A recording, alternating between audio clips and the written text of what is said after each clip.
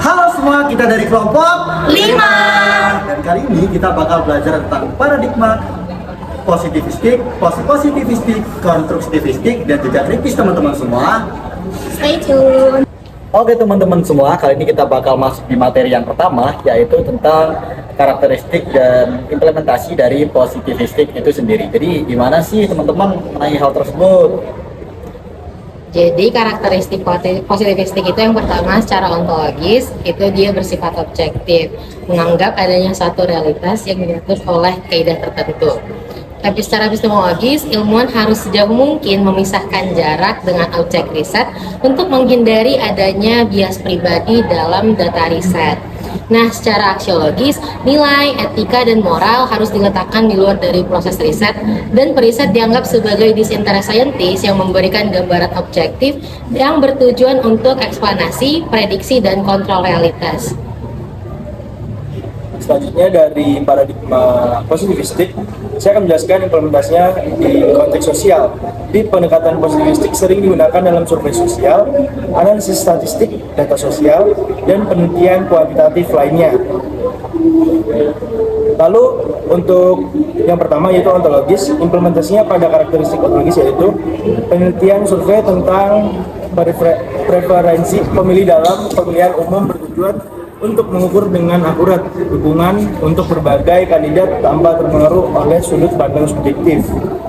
Lalu selanjutnya ada epistemologis, yaitu implementasinya secara sosial adalah seorang peneliti sosial yang melakukan wawancara mungkin akan berusaha untuk tidak mempengaruhi jawaban responden dengan pandangan pribadinya, sehingga data yang diperoleh lebih objektif.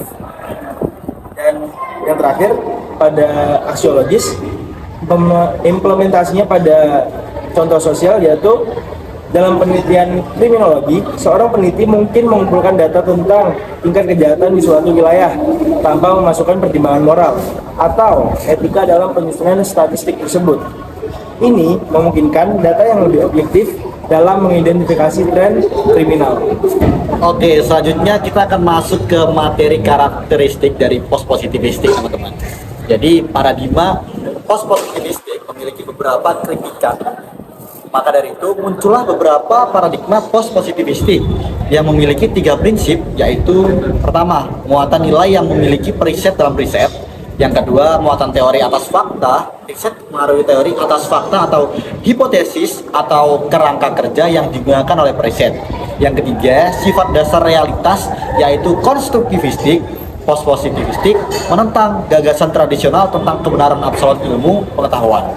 Post-positivistik memiliki kesamaan ontologi dengan positivistik yang mempercayai adanya realitas eksternal yang objektif, terpola, teratur, dapat diamati dan terpisah atau di luar individu. Post-positivistik juga mengadopsi prinsip realisme kritis, yaitu tidak ada satupun realitas objektif dan tidak semua realitas objektif dapat dilihat dan dirasakan secara benar oleh individu si preset karena keterbatasan indera, pandangan, dan menyimpulkan bahwa kritikan itu sendiri dipengaruhi oleh besarnya arus kualitatif.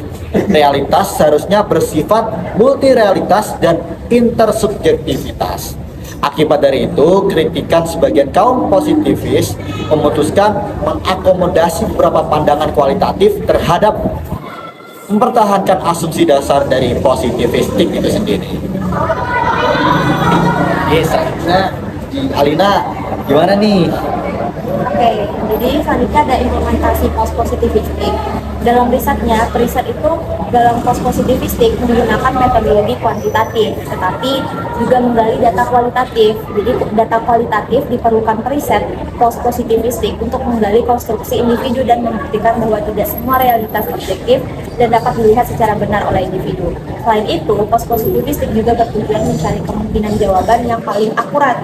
Riset post-positivistik menggunakan data kuantitatif dan kualitatif dalam riset bertujuan untuk menggunakan lebih dari satu metode pengumpulan data yang menghasilkan bukan hanya satu data kuantitatif tetapi juga kualitatif.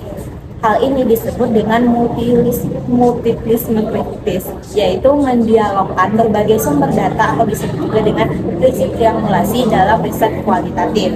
Contohnya dalam melakukan penelitian, periset meminta responden mengisi kuesioner. Periset juga bisa melakukan wawancara, yaitu dengan bertanya secara detail tentang pertanyaan yang ada di kuesioner. Kesimpulannya, post positivistik dalam mengumpulkan data itu menggunakan kuesioner dan tidak hanya berisi pertanyaan-pertanyaan yang tertutup, tetapi juga pertanyaan-pertanyaan terbuka yang datanya kuantitatif dan kualitatif. Tuh teman-teman. Oke teman-teman, kita kali ini bakal masuk di implementasi karakteristik dari kritis. Jadi gimana nih guys? Oke, untuk karakteristiknya sendiri yaitu dilihat dari sisi ontologi. Realisme historis virtual yang berarti realitas yang teramati merupakan realitas semu yang terbentuk oleh proses sejarah dan kekuatan sosial, budaya, politik, ekonomi, dan terdapat ketidaksederajatan karena dominasi yang satu terhadap yang lainnya. Dari sisi epistemologis, yaitu menggunakan transaksionalis subjektivis, yaitu periset yang diriset diasumsikan berhubungan secara interaktif. Hubungannya dijembatani oleh nilai-nilai tertentu, pemahaman tentang suatu realitas, merupakan value mediated findings, yaitu nilai-nilai dan perisetnya tidak terpisahkan. Kemudian secara aksiologis, periset menempatkan diri sebagai intelektual, transformasi, advokat, dan aktivis. Artinya, periset berusaha mengkritik dan mengubah relasi sosial. Tujuannya untuk kritik sosial, transformasi, emansipasi, dan juga social empowerment.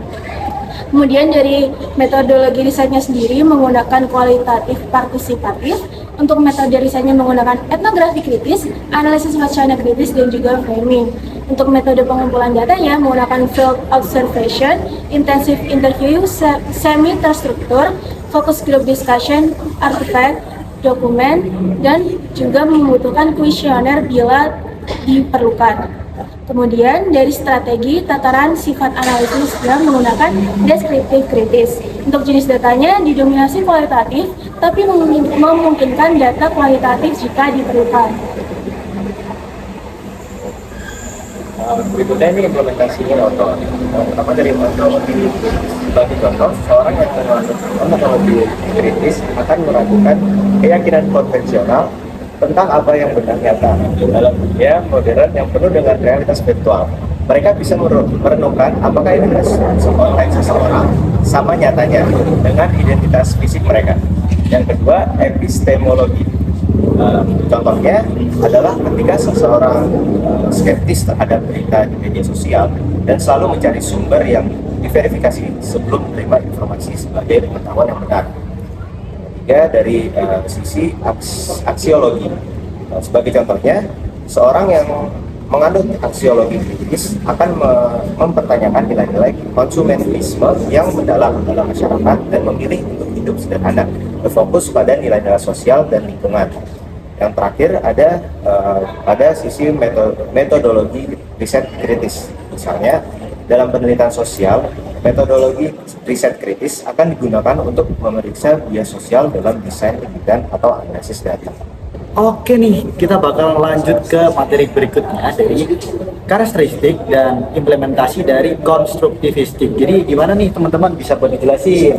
Nah, jadi untuk karakteristik konstruktivistik secara ontologi, realitas ada di dalam dunia subjektif, yaitu apa yang dipersepsi oleh individu-individu itu berbeda.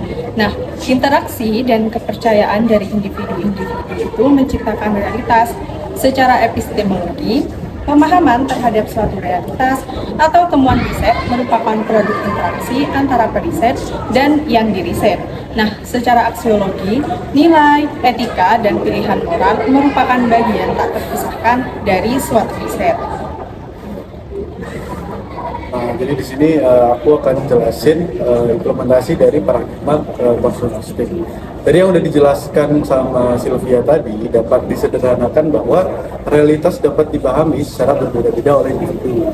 Dan ini dapat terjadi karena realitas ada dalam dunia subjektif. Dan realitas sosial merupakan konstruksi bersama individu dalam masyarakat. Sebagai contoh, ketika saya memposting aktivitas saya di media sosial seperti liburan ke pantai, bagi Samir itu adalah realitas indah yang menyenangkan. Akan tetapi, Ervin melihatnya sebagai penyebab iri. Hal ini dapat terjadi karena realitas sangat tergantung pada perspektif subjektif yang Jadi sekian penjelasan dari kelompok kami, semoga bermanfaat bagi teman-teman semuanya. Bye.